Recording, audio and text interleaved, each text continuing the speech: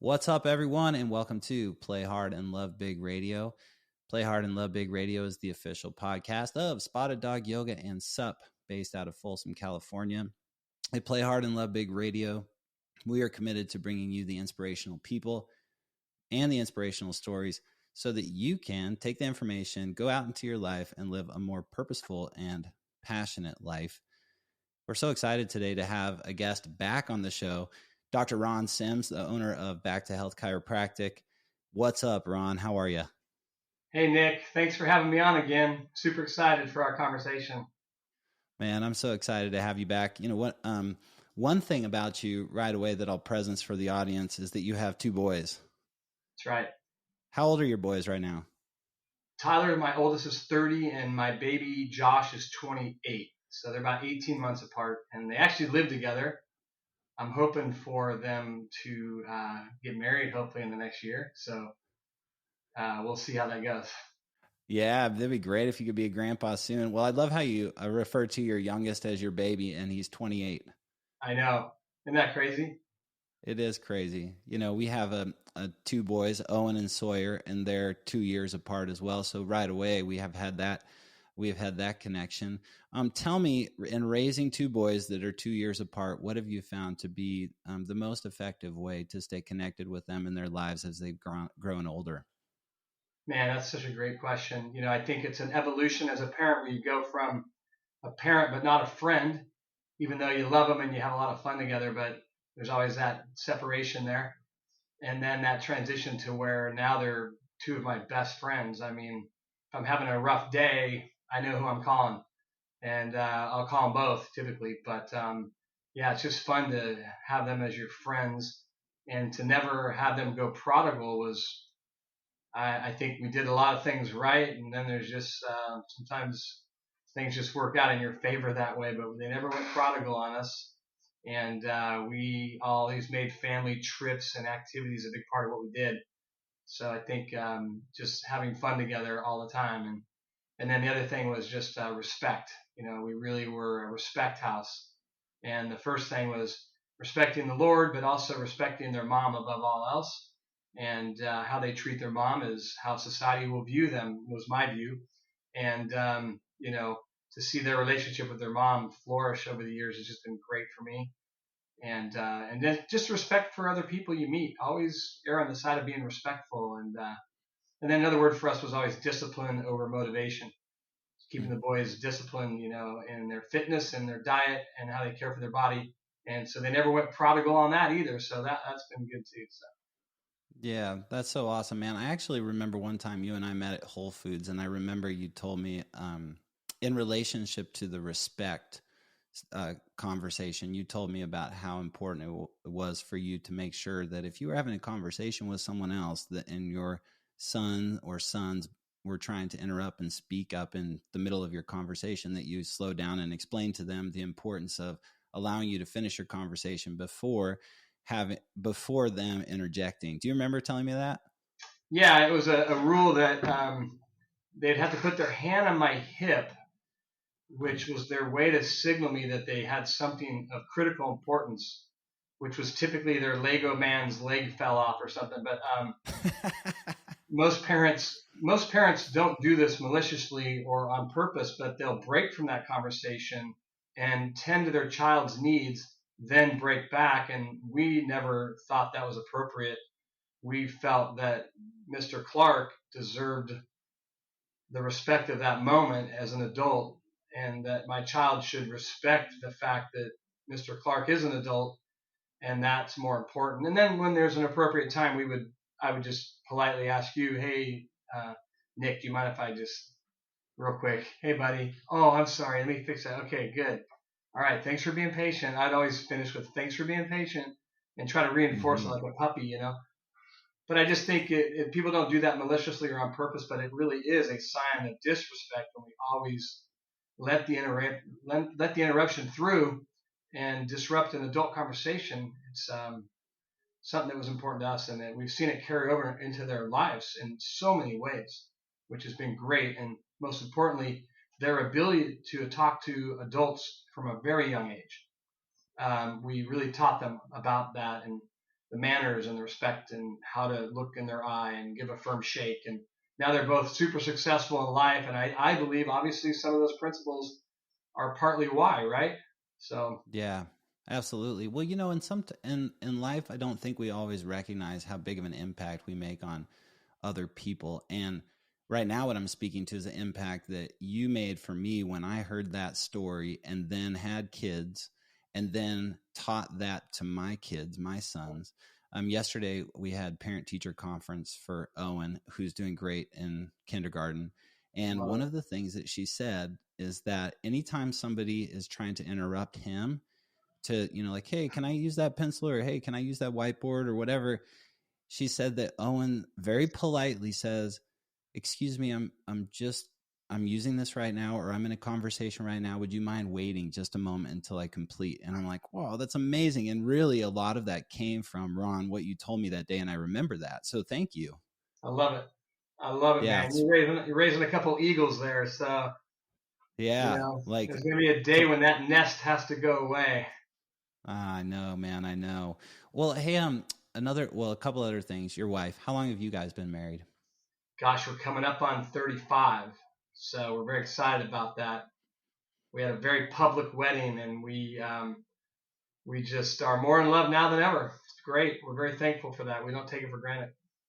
That's amazing. Congratulations. Thank you. One thing you mentioned in reference to your kiddos, and also I'm sure is very relevant in every aspect of your life, but especially in your relationship, um, the Lord and faith.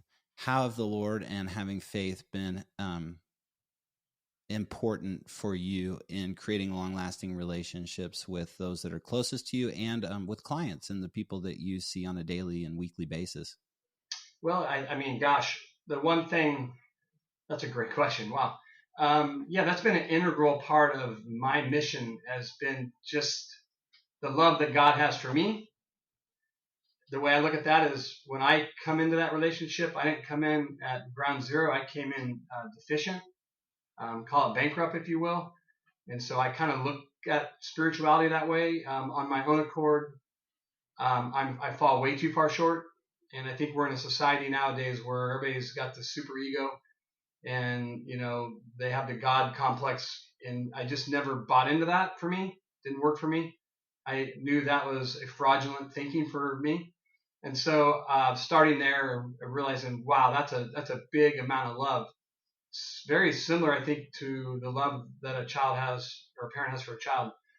But that deep, deep, abiding love I have for everyone, and being in a service business where you get new customers coming into your life on a regular basis, and being able to come in every morning at 6:30, I get here and I pray faithfully over my patient list, just for their well-being, that God would touch their heart, that He would use me and my brain and my eyes and my hands and my ears and my mouth to help this person and help steer their health journey in a better direction. And it's just been a real mission for me that starts kind of, that's the center of it. The whole cliche, two will become one when you get married, and Carrie and I took that serious. We also took the till death do you part serious. And for me, it's kind of like that. It's a commitment. And then some days, Nick, we're tired, right? You come in and my love tank is half empty, and then being able to manufacture that. And it goes back to the discipline over motivation. Got to discipline myself to be in a good mood and to be happy and to be energetic, because I have individuals that are coming in, they're paying me to be that way. And so, but most days I don't have to manufacture too much. I come in ready because I try to practice what I preach. But it's just at the center of everything that I do. I don't get preachy in my practice unless somebody really keeps pressing me on something. I'm more just love. And there's this beautiful picture of the Last Supper when Jesus encountered his disciples. He had a towel over his hand and a wash basin, and he washed all their feet. And that story just resonates with me. And that doesn't mean I don't get grumpy or get upset here and there for somebody to cut me off or whatever. Usually that's an indictment on myself. I'm not in my right headspace if I reacted that way. But I'm not Mm-hmm. perfect. But I feel like I have something to go back to, something that centers me. And so that's a long answer to that. But I think spiritual fitness is an underrated benefit of of wellness. There's health benefits to quiet time and prayer. And I mean, there's several studies on that. And so there are benefits to spiritual fitness that go beyond just peace and love and joy. So, Yeah, absolutely. Well, thank you, Ron, for sharing that. I appreciate that. I know that I get value from that, and our listeners will definitely get value from that too.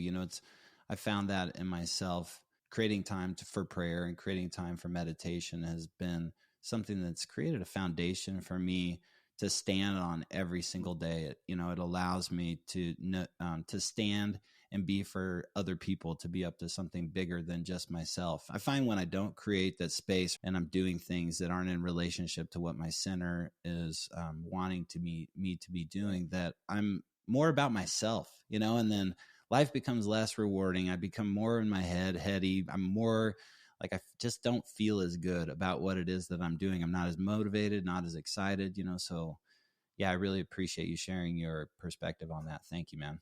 yeah, I like your perspective too. That's great. Thanks for sharing that.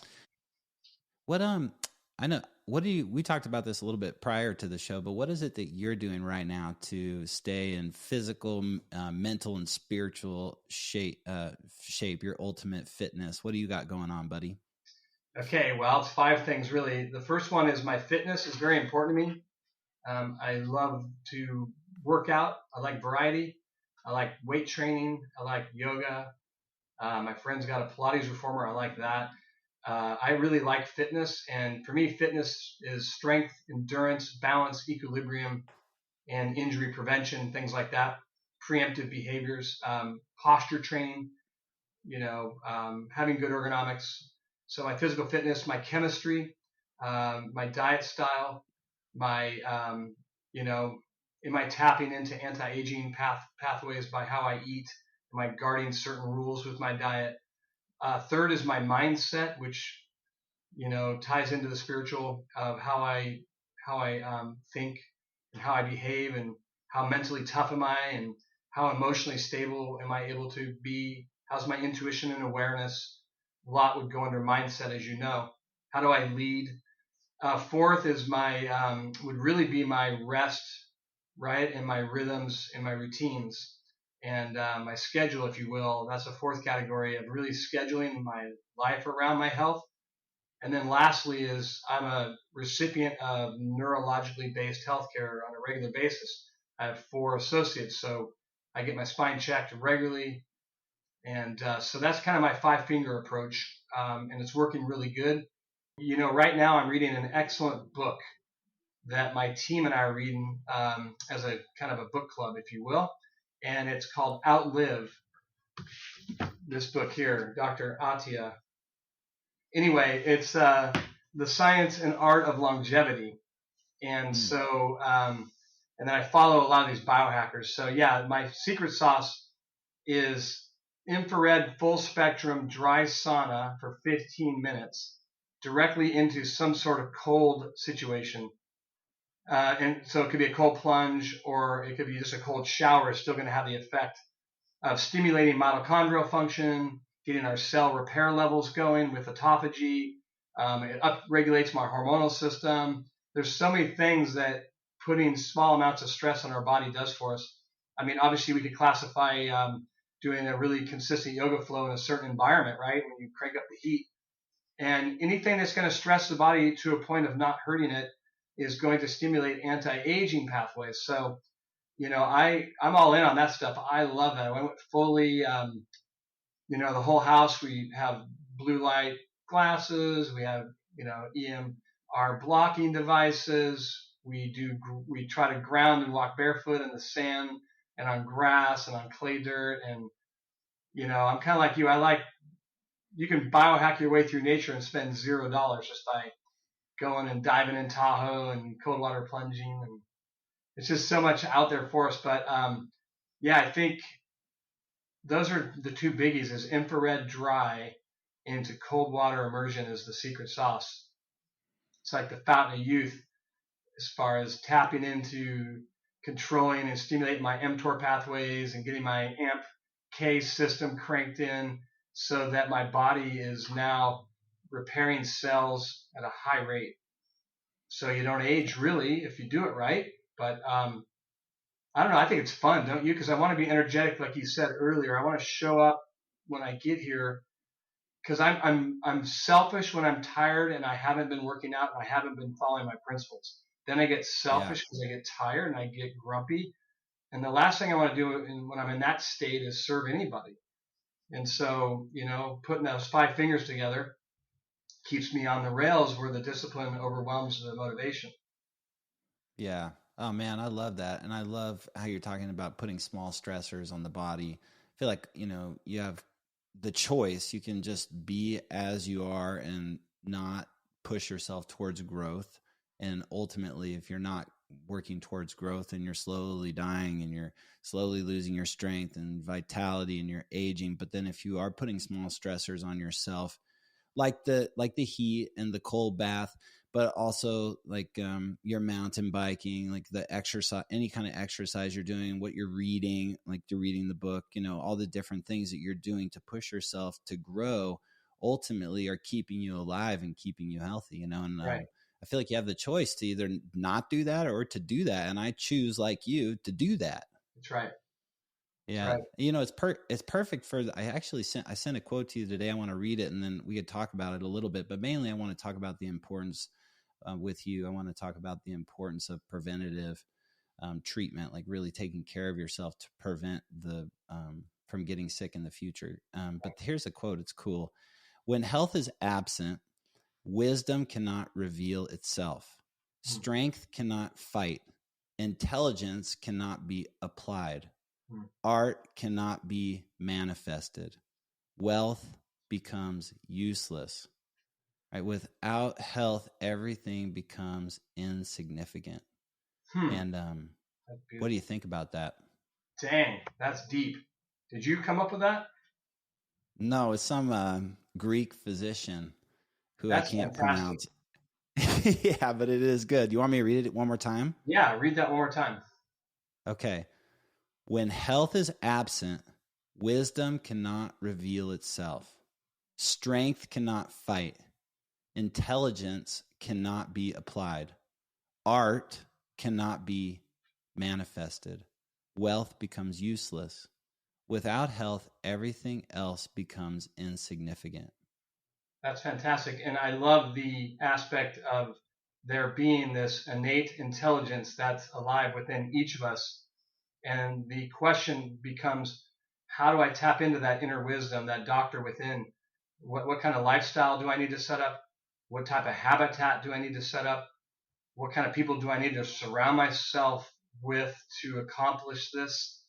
And how important is that? Because I just don't understand why more don't want to embrace it. I'm not going to stop trying, as are you. But what frustrates me is how society is so far from that.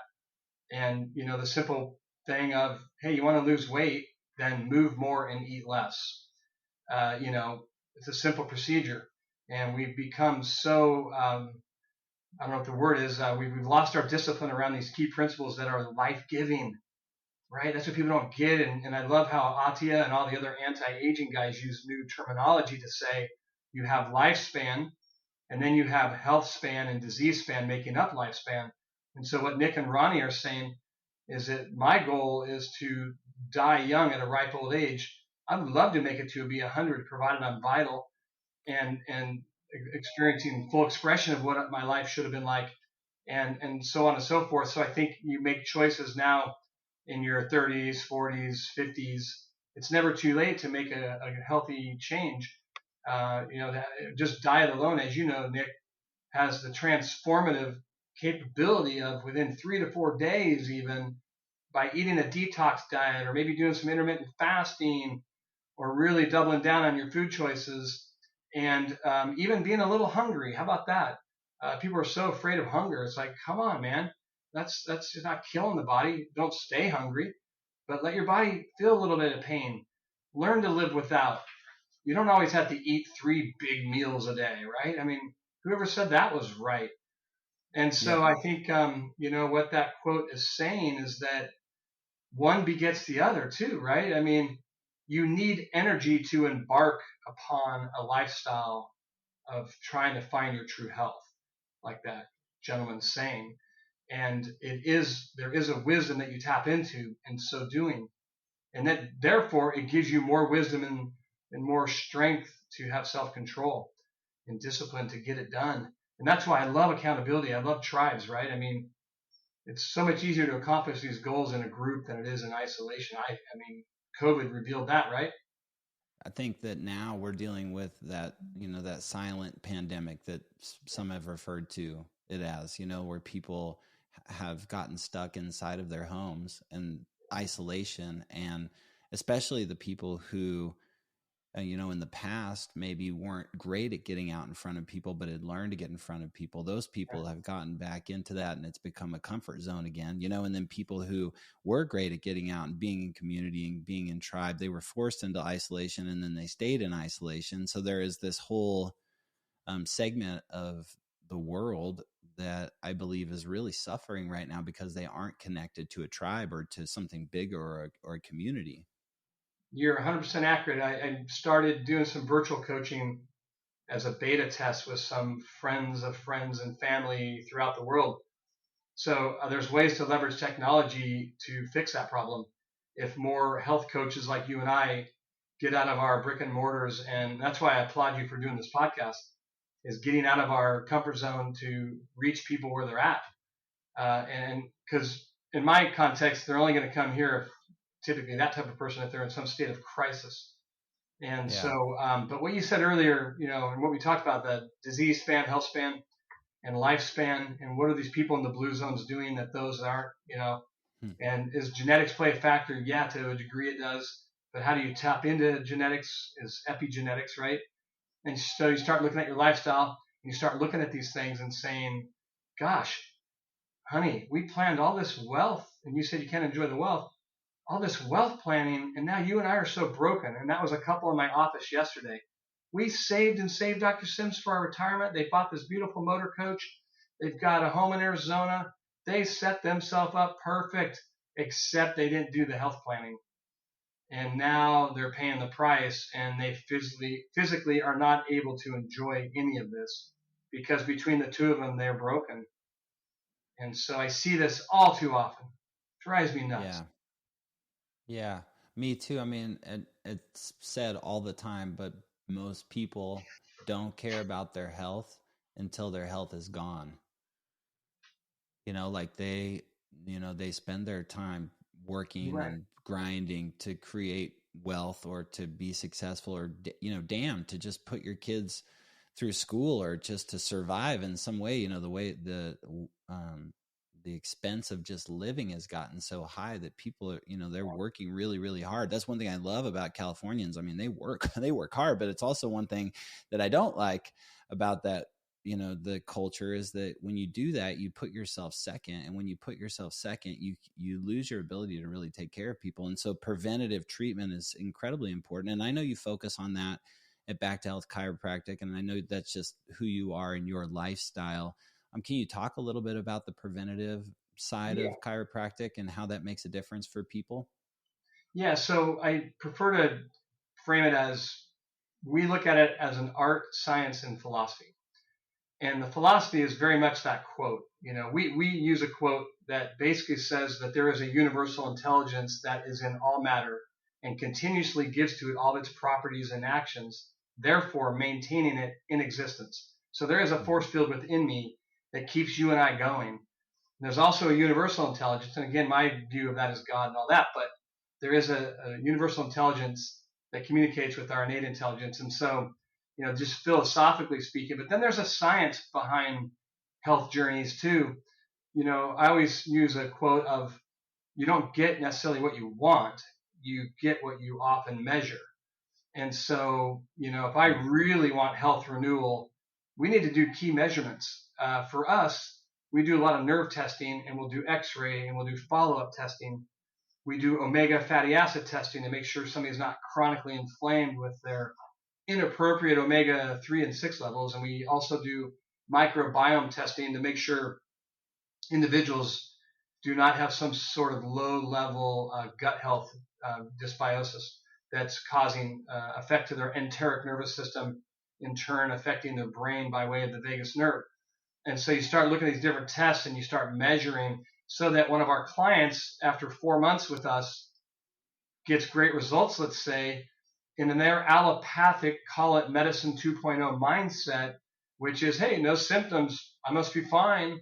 They disappear off our schedule only to reappear some later date in a state of distress. And Dr. Sims, it came back, and I simply show them on their x-rays, on their tests. It never went away. The symptom resided. The problem remained. And so most people don't think upstream that way, whereas healthcare 3.0 or medicine 3.0, as Dr. Atia refers to, is a new way of thinking. It's a preventative way of thinking where you assemble your life in such a way to reach these longevity goals, which for me goes back to those 5 fingers of how's your fitness?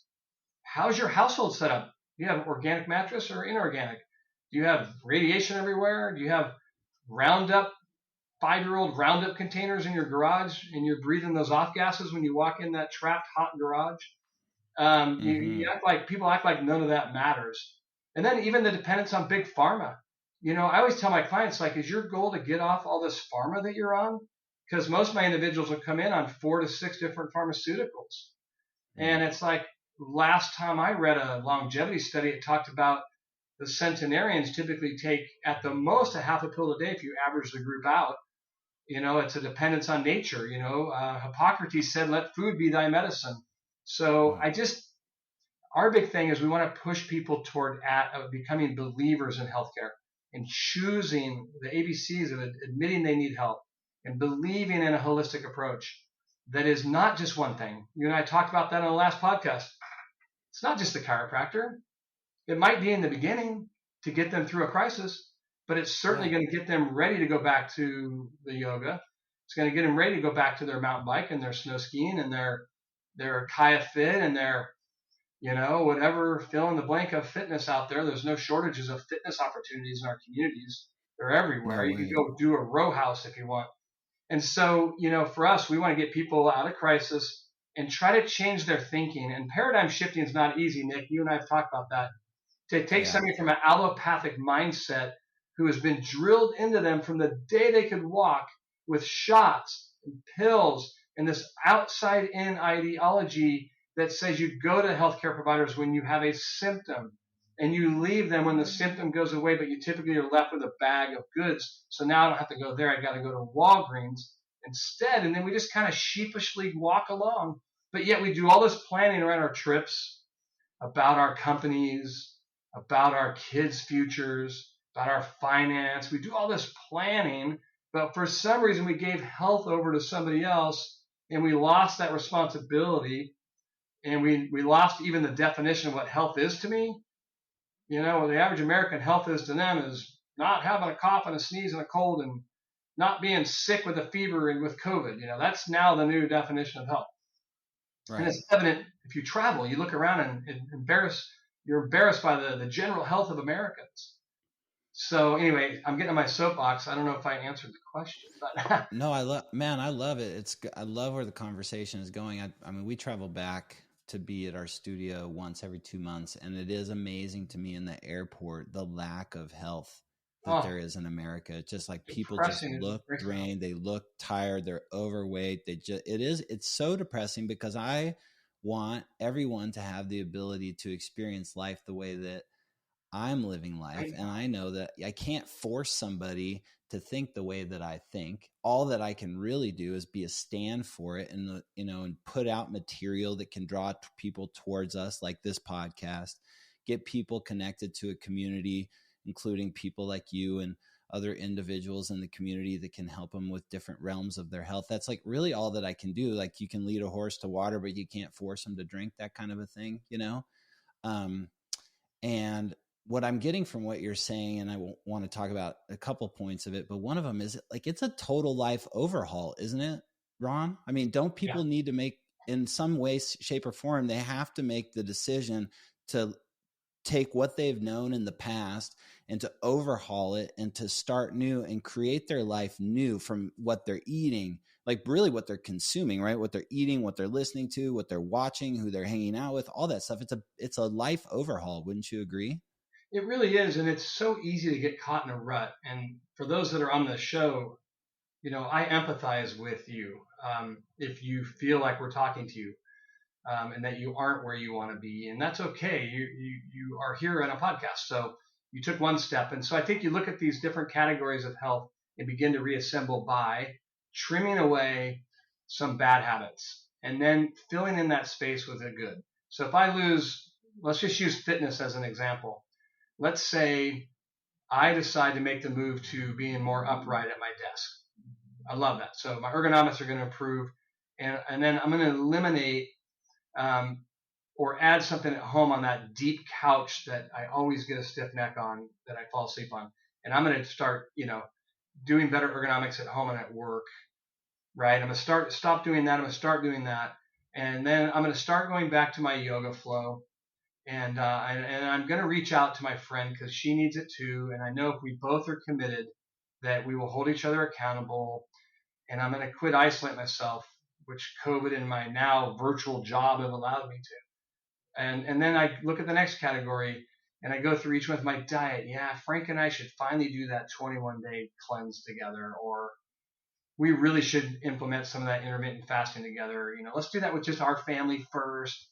Mom's going into this. You guys want to follow me on and that's the thing, is the moms become the health leader in the family. And those are the ones that we really spend a lot of energy educating. And so ours is different than yours in that people typically come to us broken, and some of yours are that. I get that too, but they're more coming just because they feel like they're going to get broken if they don't do something, right? They're feeling tremors, or they're feeling like they're too stiff, and their friend loves what they do at Spotted Dog, and they bring them along, and they work their way into the rhythm. And had it not been for that friend, they maybe wouldn't be doing that. But then they, once they're getting into that flow with yoga, the body's funny. It's so smart, as you know. It begins to crave better nutrition. It really begins to crave the natural elements it needs for fitness and for muscle recovery. And so I found that people that are in a workout rhythm, some will think, oh, it just bought me the freedom to go get a double and some fries, and versus, no, I'm going to go to Whole Foods and hit that salad bar because I know my body's craving that fuel 45 to an hour after that yoga flow. And so, and having that girlfriend with you or buddy who you're letting down if you don't show up, you get that text in the morning of, oh, I missed that group ride. Oh, I got to get my bike tuned up. What am I doing? And so I'm spurred on, by setting these little groups up that just drag me back in. I'm not saying for me, but a lot of my clients, because I'm pretty self-motivated like you are, Nick. And, I think you get to a level of fitness and athletic stuff with you and I where you and I never got off the fitness treadmill. Right. We never let that principle go away. And so we have to, you and I, our biggest challenge is to step back and realize we can't expect them to be me overnight. This is a small change over time, and teaching people that principle of patience, change, consistent change over time can have a transformative effect on our whole life, but not just my life. Like you said earlier, now the kids are involved. Now the cousins are involved. It affects a whole community potentially. We've had this happen in our practice just by helping one individual and their leadership skills in that community that they lived in. It just brought this community to life. Now they're all into this, not just chiropractic, of this integrative approach of this and that. Because for us, we had to get them out of crisis before they can go do the flow. If somebody's got a bulging L5, you put them in a certain pose, they're not going to be able to get up or get down, and you obviously know that. And so for us, we want to get them ready, and that usually takes us about 4 to 8 weeks of calming the body down neurologically, and then now we go rebuild. So, helping have a coach in your corner to help you with that, but more than just one coach. And having your coaches talk. We're big on that here. I talk to trainers every week. Why? Because I want to make sure that Betty and Alice, when they're doing that lateral raise, if the guy's aware of the neck condition and how I'm modifying it, because we want to do a little workaround while they're recovering. Hey, can you add these stretches here? I'll email you a link to them. The trainers are always responsive because that increases their retention relationship with that client. They stay with them longer because it's a team now.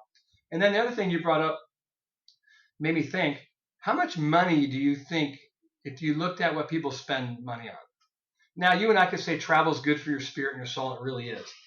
But the way we behave on travel is not good, right? So the Yeah. actual getting Right. away part is good, but then we go, we throw caution to the wind, and we all get in shape to go travel, and then we go there and we drink like cocktails every day, we eat crappy food every day. You go through each of those categories, you make these small changes, which could be trimming and adding, trim and add, and don't get discouraged when you have setbacks. If you get flared up, having multiple coaches that talk to each other and spending money is where I was going with that. Look, insurance is for people for crisis. That's the way it was set up, and disease. Insurance is not set up for wellness. Wellness costs money. And how much Yeah. money are you willing to spend out of your annual family budget on health and wellness? And the answer is you're spending way too little. People spend way too little on health and wellness. They don't keep going to yoga. They get off the auto monthly because they don't think they can afford it. I'm like, no, you can't not afford it, because that's going to get you fit where you're going to have more energy. And studies have shown this again and again. People that have a higher level of fitness earn more money. Why? Not that they're smarter, although they do tap into brain power when you're fit, right? So if Mm. my IQ potential is 180 and I'm hitting 170, that's good, right? I'm right there. If I'm IQ potential 180, but because my fitness and chemistry is so bad, I'm only getting to 130. My pace is slow. I'm getting forgetful. I used to be able to recall these formulas that I can't remember anymore, yada, yada, yada, fill in the blank.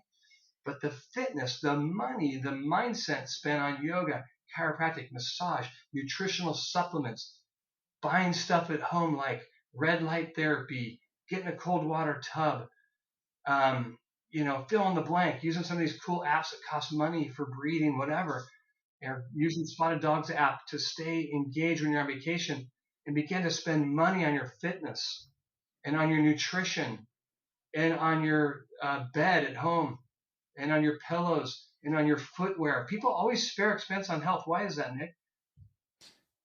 Man, again, they don't see the value in their health until it's gone.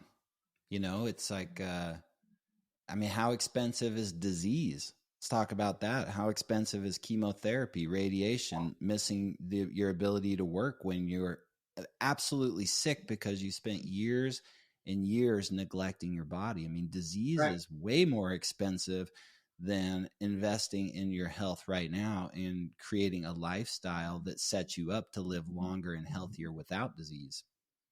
1,000%. And, a lumbar discectomy on your standard insurance today is going to cost you about $12K out of pocket.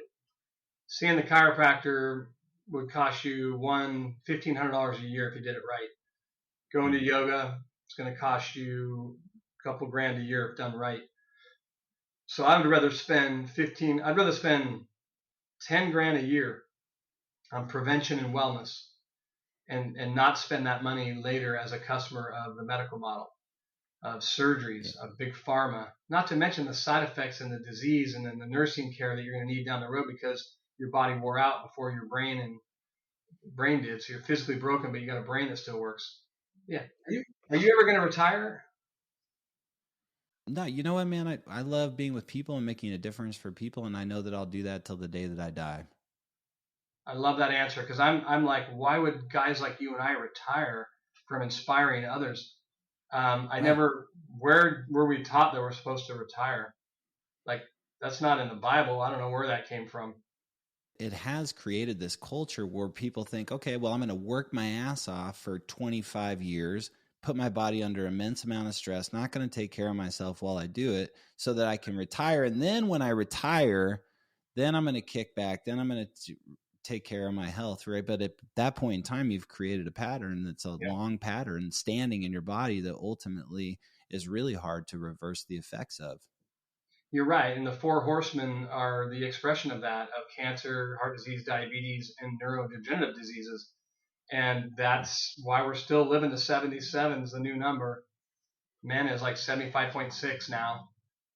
And Dang. so you're right. And I think that's why, you and I should, the notion of retiring, I guess, if you're called to a profession where it's who Nick is, it's who Ronnie is, it's not what I chose to be. And when you're a consumer of those types of elements, you can tell a difference from the person who is called into what they're doing versus who chose it as a good vocational path. Mm-hmm. I see that obviously in ministry and church. Oh, let's go be a pastor. It sounds like a good job versus somebody who's called to it. It's tough. So I think people that are called to things, it's really hard to wrap your brain around the concept of retirement. Yeah, Um, I, totally. I mean, we love. I mean, you could call us workaholics because we like to work, but we love what we do. We yeah, make a huge difference for people, and that's just one of those things that's innate in us. But also, it's innate. But I think it's innate in us. But I think it's innate in everyone else. I want to just speak to a couple things, and I want to get to your webinar series and your new location in Folsom before we wrap it up, man. But one thing that, just in summary of what we were just talking about, that I think is really important to get as a listener is Ron and I are talking about your body. We're talking about, first and foremost, getting into your body and taking care of your body. Your body is a vehicle. You've heard it before. It's can be cliche, but your body will give you the answers that you need. And so often, because of our lifestyle, we are neglecting connecting to our body. And I think that in general, people that are connected to their body, they can tap into their intuition or whatever you want to refer to it as. But like, people know down deep, that those of you that are listening here, if there's patterns that you are doing on a daily basis or on a weekly basis that you've been doing for years that ultimately are going to end up creating disease for you in your body.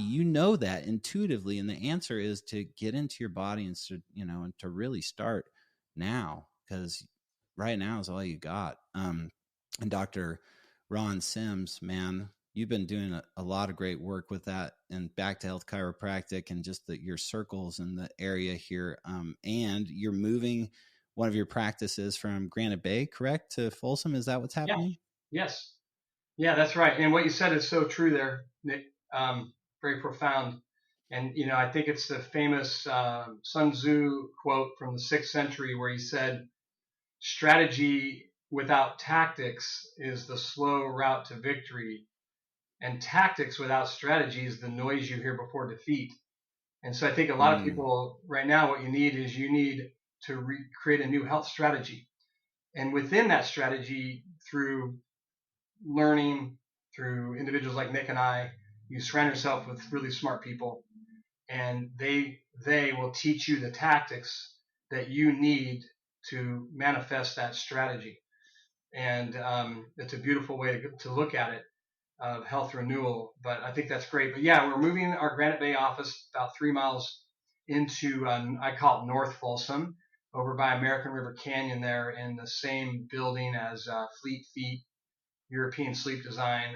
We're next door neighbors of a nice little cafe called Coffee Republic, and we'll be in there Mm. end of November. So we're really excited to move down the street. We feel it's a little bit better location for our practice members. It'll allow for more of our El Dorado Hills people to feel comfortable going to both clinics. We have a hyperbaric anti-aging chamber in there. We're adding a low-level laser to both our clinics, so we'll do some laser care, and then fully X-ray equipped with all of our nerve testing devices and our amazing tables and all of our cool stuff that we already have. Yeah, and so webinar series, we one of our core values is inspired health education. We're really into it. We're all in on that. And so we do corporate wellness. So anybody that wants us to come in and do a lunch and learn, we don't typically charge for the first one.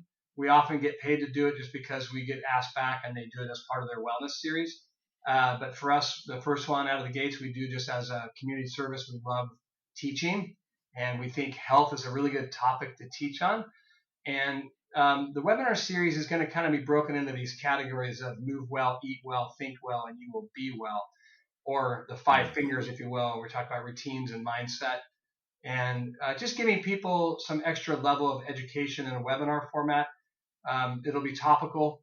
We'll do one on intermittent fasting. We'll do one on chiropractic care. We'll do one on setting up a wellness lifestyle and integrating this with that. How to do yoga and chiropractic, and where do weights fit in, and all that kind of stuff. So we're going to do webinars. I'd like to have you on one of our webinars, Nick. So we'll talk about that offline. It'd be great to have you talk about. just to kind of give a really good lay explanation of why a yoga lifestyle has longevity benefits and injury prevention benefits, not to mention heart, lung, and brain benefits. So it'd be fun to have you on our webinar. So we'll talk about that. But yeah, that's what's coming. That'll be first quarter of 24, and we really want to Awesome. crank it up and have it be consistent. So. Wow, man. Well, hey, congratulations, Dr. Ron Sims, on all the success. I know the success has come because you've been a servant of the Lord, but the servant of the people. And really, I am so excited to be connected with you and call you a friend. I really appreciate you. Everybody, in the show notes, I'm going to put a link to backtohealthsac.com so you can get a hold of Dr. Sims and his amazing family of chiropractors and health practitioners that he works with, and so that you can get in and check out his new location in Folsom. Play Hard and Love Big Radio is the official podcast of Spotted Dog Yoga and SUP based out of Folsom, California. You can check us out at spotteddogyoga.com. Play Hard and Love Big Radio is dedicated to bringing you the inspirational people and inspirational stories so that you can take them into your life and live a more purposeful and passionate life. And Dr. Sims, you have done that for us today, man. Thank you so much, my friend. Love you, buddy. Appreciate you. Love you too.